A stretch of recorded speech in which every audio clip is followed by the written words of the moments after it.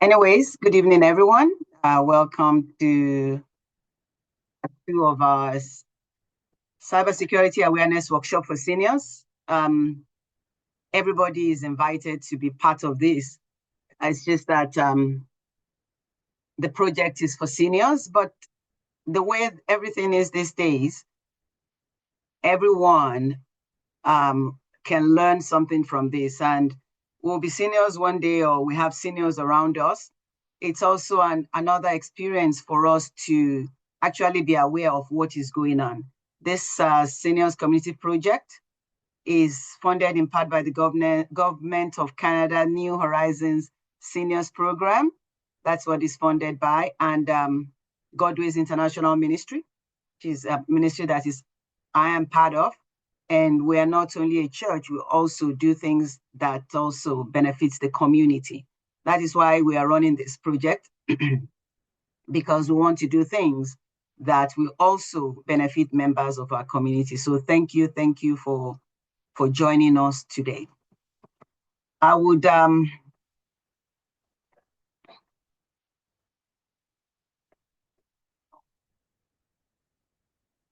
today we are doing another overview of the cybersecurity awareness for seniors, and my name is Shadi Ahibe. It's for people that don't know me, that is my name, and I am here to present this brief presentation. It won't take so long, so bear with me, and let's see what we can learn. Cybersecurity, we just define it once again. Cybersecurity is, how do you explain it to people in plain time? I'm an IT person, so I try to make it as simple as possible and make it not complicated.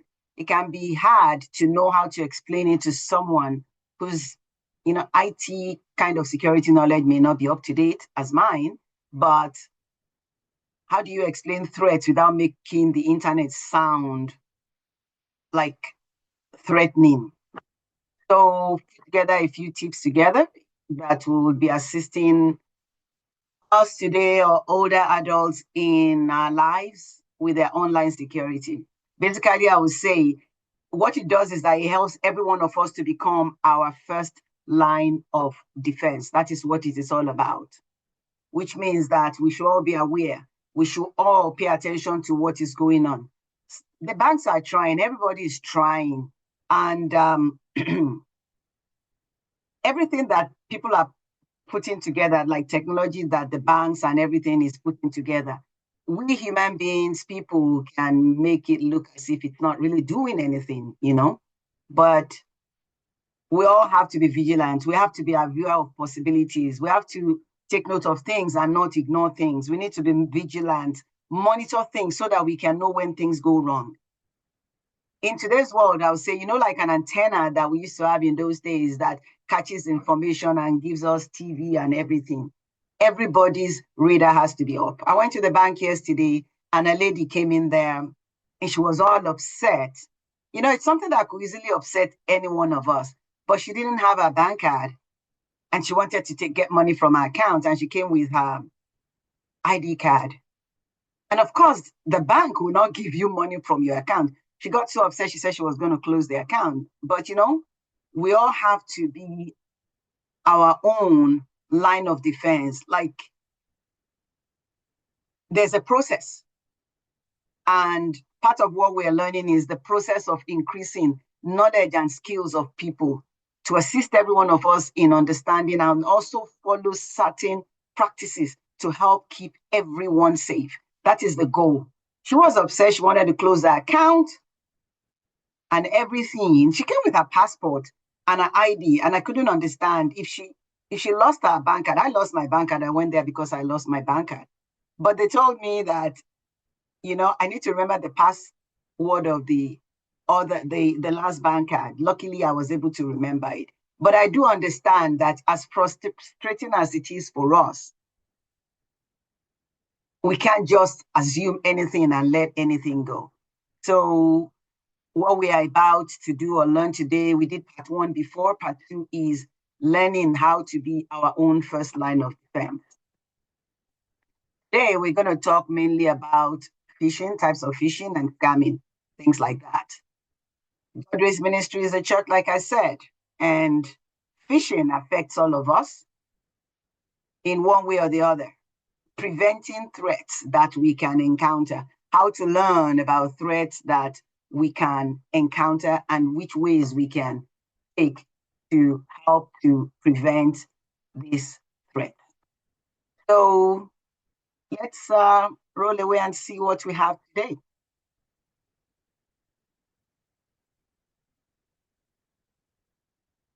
Jump to what is phishing actually. What do we explain as phishing? When when we get scams, everybody gets these emails that you keep on subscribing and they keep showing up one way or the other. It is a term for online scams in which attackers impersonate a person or an entity the victim trusts to gain access to sensitive information, financial accounts, and more. Basically, they just want to steal from you. They want to steal something from you, whether it's your information to create another you or whether it's to take your money. It's not for fun. It's not like what people would do just because. It's because they're trying to take something from us. That's what it's about. Like I put on the screen, cyber criminals, they pose as somebody that you trust, and all they want to do is trick people into sending money, downloading stuff, sharing sensitive information. Phishing emails, they are a major cause of data breaches. Data breaches is when something compromises your information. Cyber criminals, they send deceptive emails often, posing as trustworthy emails to steal our money, to steal our information. Phishing emails, they attempt to solicit sensitive information. That's what they do, or trick us into visiting sites we are not supposed to visit.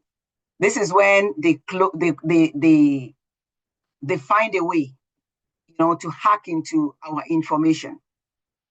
That's what they do. They just look for ways to fill our inboxes, even our cell phones. I'm sure a lot of us get some weird text messages. How are you or whatever. All they just want to do is get a form of response from you. Messages disguised as Amazon, as Netflix, or somebody you trust. In most cases, telling a story to trick you into clicking a link in the email or opening an attachment. Typically, what they do is that someone is trying to log into a website. You need to update your credentials. They come across as a bank wants you to log in and update your credentials. They can claim there's a problem with your account or your payment. They can ask you to send personal information. They can create a fake invoice. They can say, oh, you're eligible for something. You're eligible for a federal refund. Or they're actually offering free stuff. Christmas is coming. They get a lot of people at Christmas time because people are looking for deals. The Black Friday shopping. That is when part of the times where things are really rampant. Like a friend is like, oh, let's do this together. Your friend can call you on the phone and discuss that with you. So I would say never click on links in emails unless you're expecting them. Even when you're expecting, be wary. Always confirm the validity of email with the sender before you click. Pick up the phone and call. The phone still works today. Check the sender's address because it will help us to identify if it's a phishing email. And always recognize if it's like Amazon, there are some things that as we learn today, we will see. How do we guard against phishing? The way we guard against phishing is trying to stay informed. That is how we guard against phishing, trying to stay informed. So we do that. So today I'll talk about some examples of phishing, like deceptive phishing, spear phishing, whaling attack, phone scam or voice phishing, and many more. I've told you phishing is an online scam, basically. Somebody is trying to impersonate somebody, or somebody is trying to impersonate an entity that the victim trusts to gain access to sensitive information, financial accounts, and more. These phishers, like I've told you, they will pose as if they are real, right? And they are not real. So all they want to do is just get information from you. Don't click random links. They have become so sophisticated. But once you have your antennas up, I guess what you need to do is treat everything as if somebody's trying to steal from you. And then when your antennas are up, you can now start to look at it very well. Never be in a hurry to click anything. Never be in a hurry to get anything. Never be in a hurry to be part of anything. So contest from the government, problem with your account, a friend in need. Never be in a hurry to do that. What is deceptive phishing? That's the most common type of phishing scam. Fraudsters impersonate a legitimate company to steal people's data or login credentials. Those emails, they use threats and a sense of urgency to scare people into doing what the attacker wants. That's basically what it is. It's the word deceptive, deceive. Another one is called spear phishing. It's a targeted attempt to steal sensitive information such as account credentials or financial information from you. That is what they do for malicious reasons. What about a whaling attack? A whaling attack is a method used by cyber criminals to masquerade as, like the boss of an organization, the boss of the company, and they try to target other senior members of that organization. What is their aim? They want to steal money. They want to steal sensitive information. All these things that they will say they got information and they're posting it online. Somebody probably clicked on some information. It's also known as CEO fraud, Chief Executive Officer frauds. Whaling is similar to phishing in that it uses methods such as email and website spoofing. Website spoofing is something that will make, if we had godwayministry.ca now, so instead of Godways, they can put it as Godways, right? And people that are not aware very well will think is Godways. And they will replicate a website that that you might not even look at that name. You will just click on it. And the website looks exactly like what you know. Amazon has a lot of spoofed websites. Netflix has a lot of that. Walmart, there are all these things. The companies keep trying to make sure that, they catch these people. But what we are supposed to know is we should be the first line of defense, and we should not allow ourselves to be caught in there, because all they want is to grab stuff from us. What about phone scam or voice phishing? It's the use of fraudulent phone calls to trick people into giving money and revealing personal information. It's been around for a very, very long time. It's been around and it's still around because we still use phones. We get all those things and that and many, many more. So part of what I'm doing today, I know you might not be able to see it well if it's on your phone, but I want to show examples of phishing emails. Millions of phishing scams happen each day. It's a billion-dollar industry where they take from people. It's impossible to create an exhaustive list of phishing scams because you know what they do? They create new ones all the time. Phishing emails often feature characteristics, red flags. There's always red flags, red flags, red flags, red flags. And knowing what to look for is the first step in keeping yourself and your information safe. So I want us to review the following phishing email to see the warning signs. Like, because an email says shade@shade.ca, it doesn't necessarily mean that we have to trust it. Like this one says, our record indicates that you recently made a request to terminate your Office 365 email, and this process has begun by our administrator. If this request was made accidentally and you have no knowledge of it, you are advised to verify your account below. Don't do that. Don't do that. They just make it look as if, give us 24 hours to terminate your account. You didn't ask for your account to be terminated. So your first your antenna should always come up. You didn't ask for anything. So all they're trying to do is create some confusion, like, oh, did I do that? No, you didn't. Then there could be spelling mistakes in there. You know, banks have been sending that email telling everybody, these are things we don't do. We don't ask people to call you and ask for your information. We will never send you an email. And it's true, they don't send email. If they tell you your statement is ready, that's all you see there. You don't see the link to the statement. You don't see anything in there because they want you to actually be the one to log into your account because they don't want to be liable for these things. So if you log in there and there's an issue, or maybe somebody hacked, at least they know that somewhere along the line, we can fight for that. Okay? We can fight for that. Our record indicates that, if you hover without clicking on that link, we can just move our mouse over the link, just move it over without clicking on it.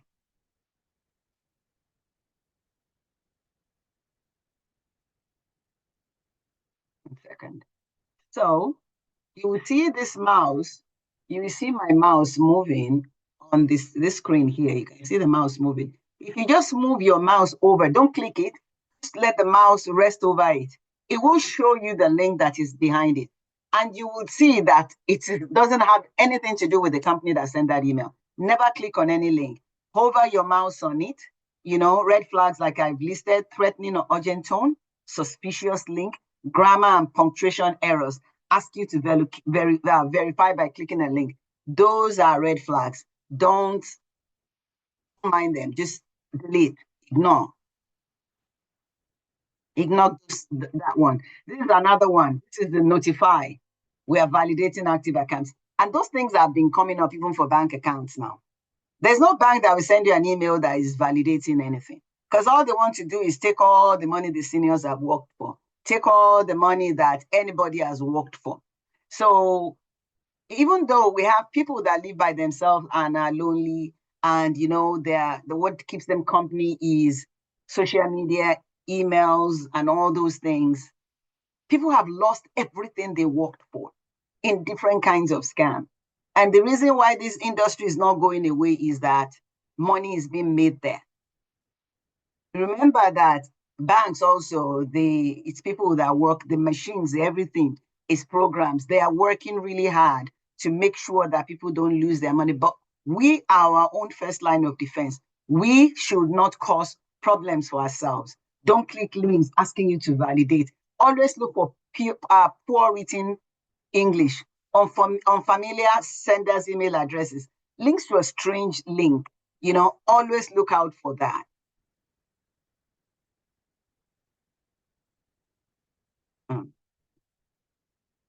Okay. So another one is, you might know, maybe I send somebody, one of us that is here, an email today. And you see my name that says Shade at, and you know it's me. But when you really look at the email, it's not Shade at yahoo.com that I've sent you email before. It's Shade at somebody from somewhere. But the from shows my name, right? It shows my name, but it's not really me. So they have this way of spoofing things. They have this way of doing all these kind of things. We just have to be careful. We have to be careful. They will tell you, listen to this voice offline message. Look, don't click on anything. Anything you click on can put something on your computer or on your phone that will access your information. Trust me. Just ignore. Ignore. The banks are still there. You can go there. You can go in there and ask questions.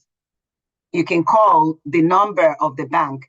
Do not call the number they give you. If anybody gives you any number in an email, never call that number. What we do is that we go and get the number. If it's somebody says it's Bell, you go call, the bell.ca number, 2355, something like that, 310-2355. Somebody called me and was just harassing on the phone. Oh, I owe Bell money. I should give them my address and something. I'm like, I'm not giving you my address. If you're really Bell, you will know my address on file. No, I have to give it to them to confirm. I don't know, maybe my cell phone number or something, maybe somebody's, I've never used Bell, so I don't even know where these calls are coming from. But they can keep harassing. I told them I don't owe Bell anything, and that's it. And I'm not giving any information. And they said they're a collection agency. I don't owe Bell money. And they're so threatening. The voice is so threatening, but don't get intimidated. Even if you are owing them money, they don't have any right to start threatening and intimidating you. So, but most of the time, it's a trick to get you to fall for something. Importance of email security, I would say education and awareness is the first step. That is part of what we're doing. Just one innocent looking and malicious email, it can cost us everything. It can disrupt lives of people.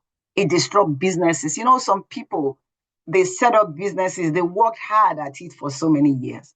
And something somebody clicks on can ruin everything. The sophistication of these email attacks and the meticulous social engineering techniques, it's just a disaster, cyber disaster. And it's happening. It's happening all over. And most of the time, companies don't even know what to do. So that's why all these things are good. We should always be alert. So anything that you don't know, please ignore. There is malware or virus or whatever in emails now. There are things that we should all be aware. They can claim that, it was accidentally sent to you or whatever. Just delete it and block those mails. They will always find a way around to try and come back, but always delete and block. Scammers use schemes such as telephone calls, like I said. We call it phishing, a combination of voice and phishing. And through text messages called smishing. You see all these things we get, they have names for it. So all they try to do is try to perpetrate attacks. No matter the medium, we've talked about different ones, always be wary of unsolicited communications that shows red flags, the red flags that we've talked about. Always, always be aware of all those things. I'll give a brief summary. Know the warning signs. Use common sense practices. Nothing beats our common sense. We all have this this kind of thing that, something will tell us, but many times we want to dismiss it. We don't live at that time anymore. We live in the time of, where everybody is guilty. That's the way we should look at everybody. Never give out personal information too quickly. Like I said, I was so busy. They've done it so many times, but they never caught me. I was working and I get this number. The number had been calling, so I picked up. And the person goes, can you confirm your home address? I'm like, for what? Oh, I'm calling on behalf of Bell. Oh, this is not Bell number. Yes, but I'm calling on behalf of Bell. Sorry, I don't know you. Oh, but you need to give me your address. I'm like, no, I don't have to do anything. So don't answer without thinking and don't click anything without thinking. Grandparent scamming. As much as we talk about it, as much as it's posted in banks, because I live in a small town now where when I go to the banks, I see a lot of older adults coming there to do things. And the banks are always on the alert because maybe somebody is holding them to ransom. It's a type of attack in which fraudsters, they claim that they are the victim's grandchild and that they're in trouble, or somebody is calling on behalf of that victim, of that grandchild. They pretend to be police call and say that, this is the police calling. If you listen very well, it's not them anyways. But most of the time, they kind of get people's emotions because we don't want anything to happen to our children. We don't want anything to happen to our grandchildren. If there's been an accident and there's been a crime, they want them to take out large sums of money or make a wire transfer to save their grandchild. The scammer will even use the real name of the victim's grandchild along with other information that they find online to make the scam more believable. Everything that we post online today, there are people that are going in there. Just like I said, when this thing started at 6 o'clock, if I did not post that link, I think I posted it on godwaysministry's Instagram page. And I just posted it this evening. So maybe if I posted it in the morning, no, they won't remember in the evening. But they used that information, bumped in here. It was like 20 or 20 people, maybe it's not 20 people, that they had this thing to make it look like 20. And this person started talking like, oh, as I was blocking them and muting them, they were still getting in. So I had to end the call.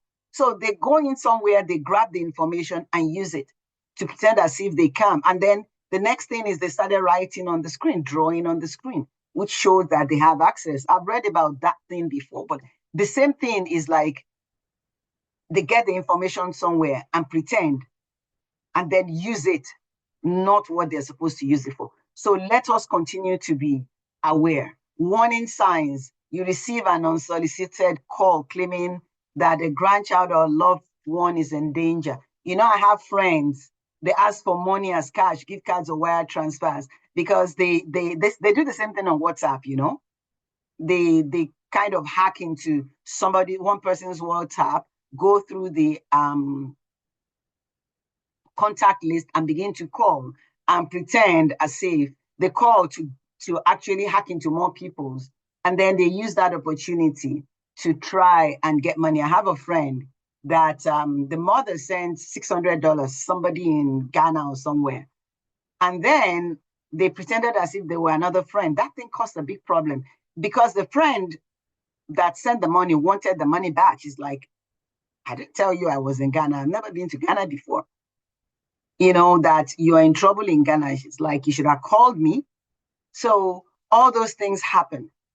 Caller won't let you off the phone or threatens you if you try to verify the information. The caller uses deception, intimidation, and coercion to force people to act quickly because it's like a time thing, right? It's like a time thing. So let us all be aware and be alert. Cybersecurity scams and elder financial abuse. Unfamiliar charges, new accounts and loans or credit inquiries that you or the elderly loved one did not make. So we always need to check our bank accounts to make sure that something that we don't know is not happening. We get calls from companies or credit providers about debt that you didn't take out, because that is where they use somebody's identity to create another identity and begin to take out things. An elderly parent or grandparent has unexpected financial struggles. If you know people and you know what they go through, one has to just be aware to help them. A lot of things is going on against our elderly ones today, because as we grow older, you know, people slow down. But in some cases, the people that perpetrate these crimes, there's someone the victim knows and trusts, like a family member, could be a close friend, it could be a caregiver. They try to gain access to the senior savings, credit, or assets. They could trick the victim into signing over even the power of attorney. They could do that. They could trick the victim into signing over the power of attorney. So let us be aware of what is going on around us. If you know somebody, you're talking to somebody, you begin to notice something. They would have been threatened not to talk, but please, let us do whatever we can to help our seniors around us. Let us communicate with our seniors around us to make sure that we are able to help them. Email is this primary target for cyber criminals because it contains sensitive information and we are the weakest link. So I would say we want to create a culture so that, you know, you can tell people when something is going on. Let's not cover anything. Let's not cover anything. If you feel that you've been scammed, speak to somebody. Speak to somebody. You realize that you've clicked on something. just power off your computer. Just shut it off, shut it down. Shut it down and let somebody know that something is happening. Because in the process of shutting it down, you can cut off certain things that they might have, disconnect from the internet, things that might make us lose everything we have. I want to tell us tonight as we end that everyone has a part to play. Everyone has a part to play to mitigate the human error that we make. Every one of us, we have a part to play. So I would say, if you call me and say something has happened, there's some information I will ask you. Where were you? What were you doing at that time? If you clicked an email, what do you remember? As many things as you remember, please note it down. It's important not to enter any information or passwords until you reached out to somebody. Being active online means there's a lot to explore and discover. While we are enjoying everything the internet offers, I want to encourage us, browse safely, and let's make cybersecurity part of our online activity. It may look like a big task, but the simple cybersecurity tips that I've described, it makes a lot of difference. It will help protect us online. It will help ensure that our personal data is safe, and we can get back to spending our time online doing the things we enjoy. Let's watch out for our seniors. Let's watch out for signs of, our seniors being in trouble. Don't ignore. Speak out and help someone out there. I want to thank everyone for joining this. We have another one next week. It's going to be probably 6 or 7. I'll post the updated time out there. I really appreciate all that have taken their time to be here tonight. Thank you so much. Know if you have any questions.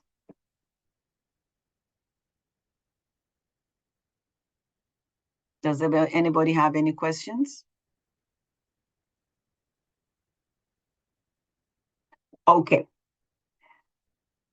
We have another cybersecurity awareness workshop going on we're having next week. And then we're going to go into seniors abuse awareness workshop. It's real. It's real out there. It's real out there. As the people begin to slow down, we need to help. We need to give information, and we need to do what we can. Thank you so much, everyone. And I really appreciate everyone joining us today. I really appreciate everyone joining us today. Thank you so much for being here. And I would say, have a good evening.